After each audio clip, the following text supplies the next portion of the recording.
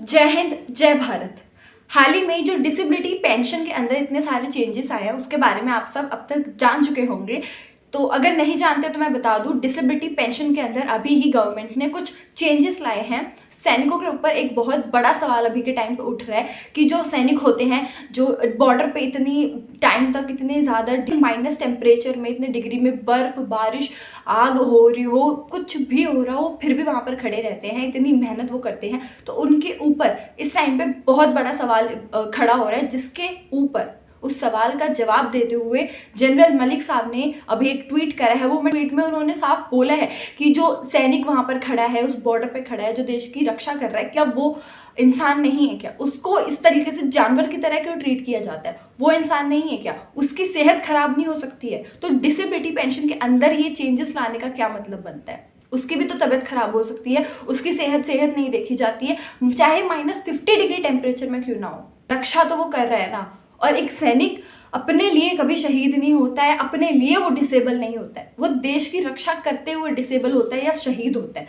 और अगर वो देश के लिए जान देने तक के लिए तैयार है, वो जान मेरे हिसाब से जीने से ज्यादा किसी और चीज की चाहत इंसानों के अंदर नहीं होती है। एक इंसान सबसे ज्यादा यही चाहता होता है कि मैं जी जाऊं, मैं अच्छा जी जाऊं या देश के लिए कुछ कर जाऊं। और अगर एक सैनिक देश के लिए इतना सब कुछ करना चाह रहा है, तो सरकार उसके लिए डिसेबिलिटी पेंशन के अंदर घटिया चेंजेस कैसे ला सकती है?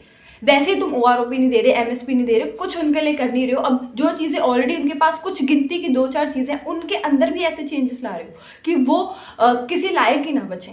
जो एमओडी का स्टाफ है, वो उन्होंने इस तरीके के लेटर पॉलिसी, उन्होंने जो भी पॉलिसी निकाली है, वो लेटर देने से पहले हमें तो लगता ही नहीं कि वो डिस्कस भी करते हैं इन सारी चीज़ों को। जो बस उनके मन में आता है कि हमें अब इन चेंजेस लाने की ज़रूरत है, तो वो चेंजेस ला के लेटर बस दे देते हैं और पॉलिसी लेटर बना के पहुंचा देते हैं। लेकिन मेरे हिसाब से उनको वो चीज़ें अच्छे से चेक करके करनी चाहिए, एक मीटिंग बिठानी चाहिए, प्रॉपर चीज़ें सारी करनी चाहिए ना, कि सैनिकों के लिए कुछ किया जा सके। उनके जो राइट्स हैं, जो उनको प्रॉपर मिलना चाहिए, जो चीज़ें ऑलरेडी पहले ही उनको इतना सब कुछ नहीं मिल रहा, जो चीज़ें ऑलरेडी उनके पास हैं, तुम लोग वो भी हटा रहे हो।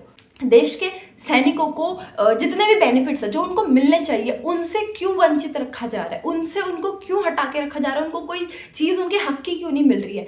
सरकार को सबसे पहली चीज़ तो सरकार को शर्म आनी चाहिए कि 9 महीने से देश के सैनिक 9 महीने से जंतर मंतर पे बैठे हैं, इतनी चीज़ें कर रहे हैं, रैलियां निकाल रहे हैं, और फिर भी सरकार उनके हक में कोई चीज़ नहीं कर रही है।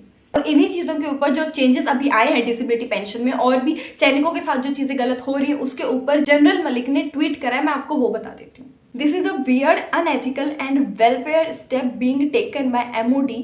It challenges past court decisions and assurances of its own past defense ministers. Also evident is an element of vindictiveness coming soon after promulgation of much stricter medical disability norms for soldiers. ये चीज़, एक कदम जो उन्होंने उठाया, वो चीज़ ठीक है disability pension के लिए, लेकिन उन्होंने डिसेबिलिटी पेंशन के अंदर बहुत ज़्यादा अब सख्ताई ला दी है। उसके बाद एमओडी में ऐसे बहुत सारे केसेस थे जो एएफटी ने उनके फेवर में वर्डिक्ट कर दिए, और उसके लिए आप पेटिशन देने के लिए आप कमांडो को आदेश दे रहे हैं, या सोल्जर्स को, आर्मी को आप बोल रहे हैं कि अब उनको पेटिशन डालनी पड़ेगी और इतनी सारी चीज़ें अब उनको करनी पड़ेगी, कोर्ट तक अब उनको जाना पड़ेगा।